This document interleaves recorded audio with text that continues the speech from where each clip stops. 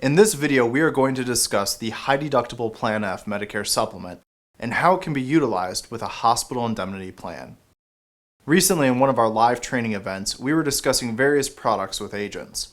Some of the agents sold predominantly Medicare supplements and several others sold predominantly Medicare Advantage programs.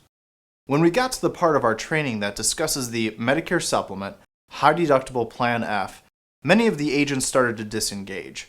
You would have almost thought that we asked them to jump off a bridge. So we asked them this question: what is it about the High Deductible Plan F that makes you automatically disregard it as a plan that you want to offer to consumers? We got various answers, but the common thread among the agents seemed to be two things. First, there seemed to be some confusion with the HD Plan F. Many of the agents believed that because it had a deductible, the plan somehow changed the very fabric of how the Medicare system works.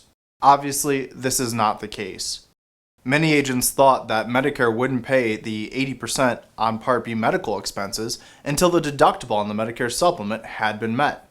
Medicare benefits do not change because you enrolled in a High Deductible Plan F Medicare supplement.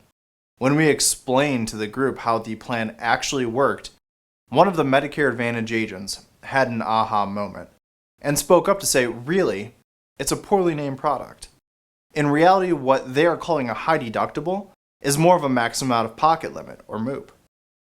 The second thing that many agents were confused about was where the HDF would fit in their portfolio and when they would actually use it. This is the example we gave them. A consumer is considering enrolling in a zero-premium Medicare Advantage plan during their open enrollment period. The plan has a calendar year maximum out-of-pocket, or MOOP, of $6,700 for network providers and $10,000 for out-of-network providers. It is possible for the consumer to owe out-of-pocket expenses of $13,400 in as little as 2 months with network providers. A person could owe $21,100 in as little as 14 months. This means that out-of-pocket expenses for the out-of-network providers could exceed $20,000 in as little as 2 months and over $30,000 in as little as 14 months. In addition, the consumer takes several medications. They cannot shop for the best prescription drug benefit or Medicare Part D plan because they have to accept the benefits provided with the Medicare Advantage plan when they enroll in an MAPD. If this person were to stay in original Medicare, they could purchase a High Deductible Plan F Medicare supplement. The annual maximum out-of-pocket limit would drop to less than $2,200.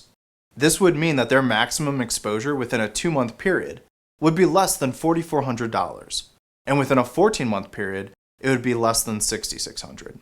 Network restrictions do not exist, therefore the consumer can receive services from any Medicare service provider. The Medicare Advantage plan has no guarantee of benefits from year to year. It is not guaranteed renewable. The company could terminate the plan the following year. There is no guarantee that the premiums won't go up the following year. There is no guarantee that your doctor or local hospital will accept the plan in the future. There is only one guarantee, and that is that there aren't any guarantees. The Medicare supplement is guaranteed renewable.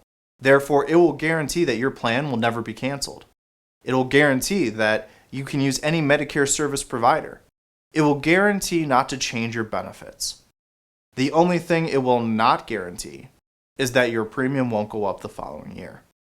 But neither, when you think about it, does the Medicare Advantage plan. Carrying the High Deductible Plan F gives the consumer the ability to shop their Medicare Part D prescription drug coverage annually amongst all Part D providers in their coverage area, thus enabling them to maximize their benefits each year. The annual maximum out-of-pocket exposure within a 14-month period on the Medicare Advantage plan was $30,000 when out-of-network providers are utilized. However, the maximum out-of-pocket exposure within a 14-month period for the exact same providers is less than $6,600 with the Medicare Supplement High Deductible Plan F. The consumer has to pay for their Part D plan in this scenario, but having the ability to shop their drug plan could reduce their out-of-pocket drug expenses by more than the premium for their Part D plan.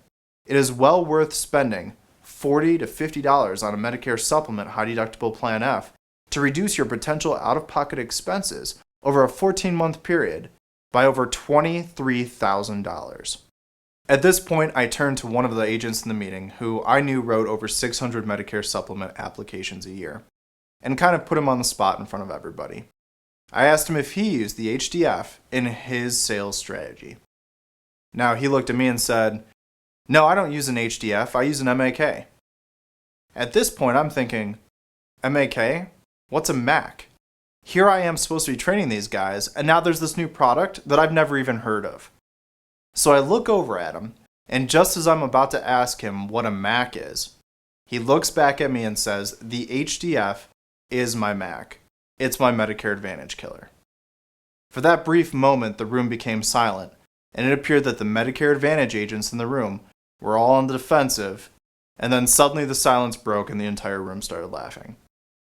So when we really look at this High Deductible Plan F, we really have to look at its usefulness in the marketplace, right? When you calculate the lower costs, the lack of network restrictions, and the guarantees included with it, doesn't it make sense that it would have a home in an agent's kit? Let's stop for a moment and take a quick look at how original Medicare with a High Deductible Plan F Medicare supplement might compare to a typical Medicare Advantage plan. Let's start by comparing the annual maximum out-of-pocket limit on both. In 2014, many Medicare Advantage plans had a maximum out-of-pocket limit of $6,700, while the out-of-pocket limit with original Medicare and a High Deductible Plan F Medicare supplement was $2,140.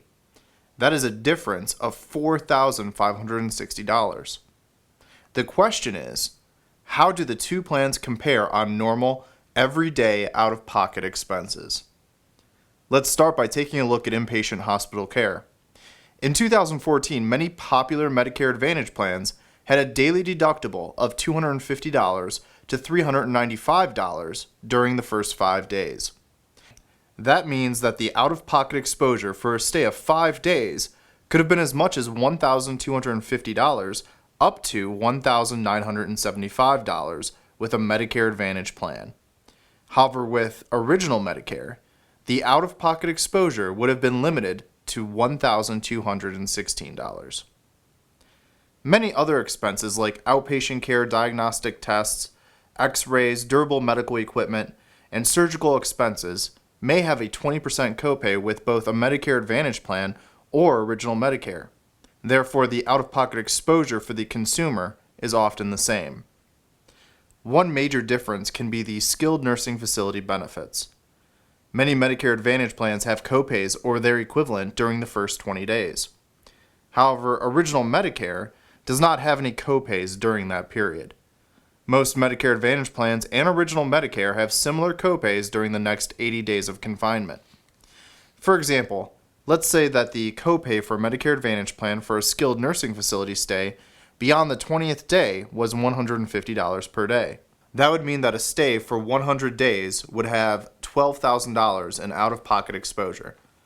This would exceed the plan's maximum out-of-pocket limit of $6,700. With most Medicare Advantage plans, the annual maximum out-of-pocket limit is reached within about 2 months of being confined to a skilled nursing facility. But what about smaller bills like ambulance services, doctor's office visits, and emergency room visits?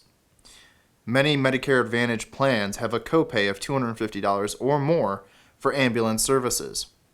Original Medicare has a 20% copayment. That means unless your ambulance bill is over $1,250, the copay with original Medicare is going to be $250 or less.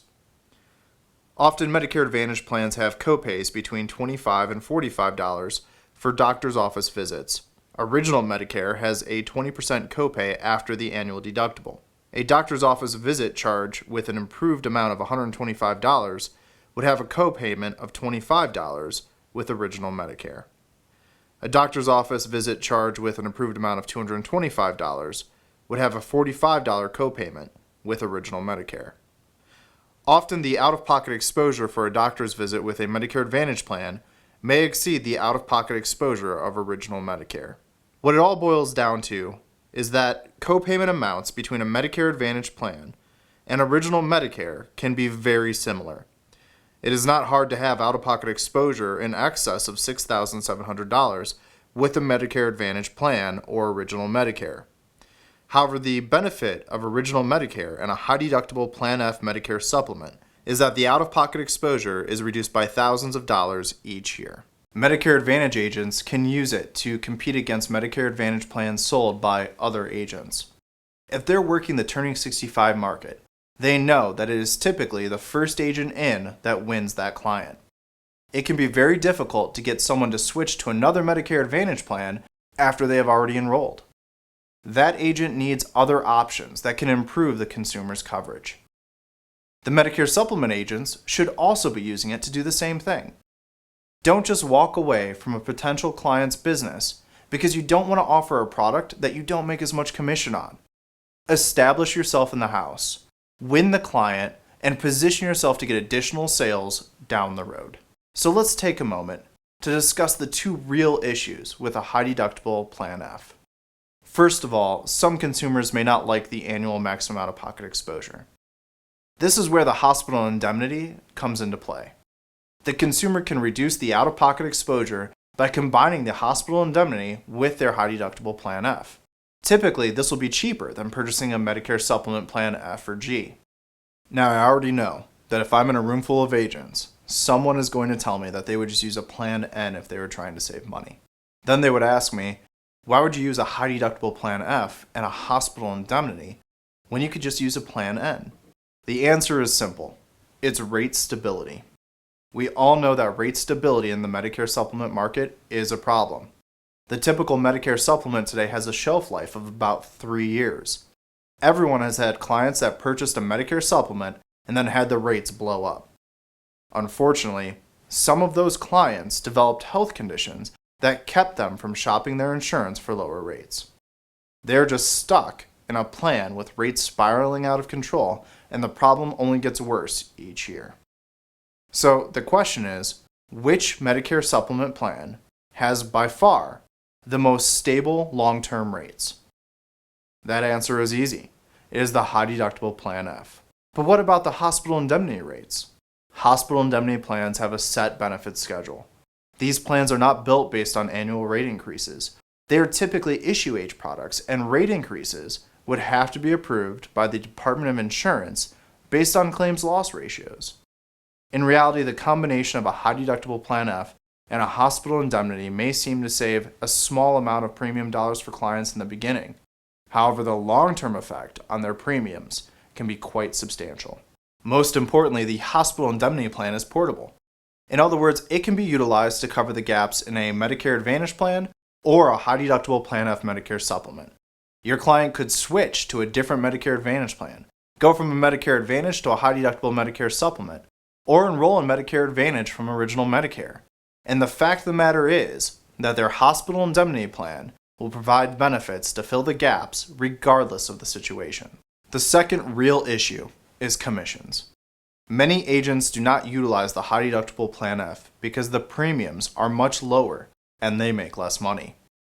However, by combining the HDF and the Hospital Indemnity, you can provide your clients with more flexibility and a better long-term plan, while at the same time increasing your first-year commissions. All of us at the JLS family of companies hope that you have enjoyed this sales training presentation.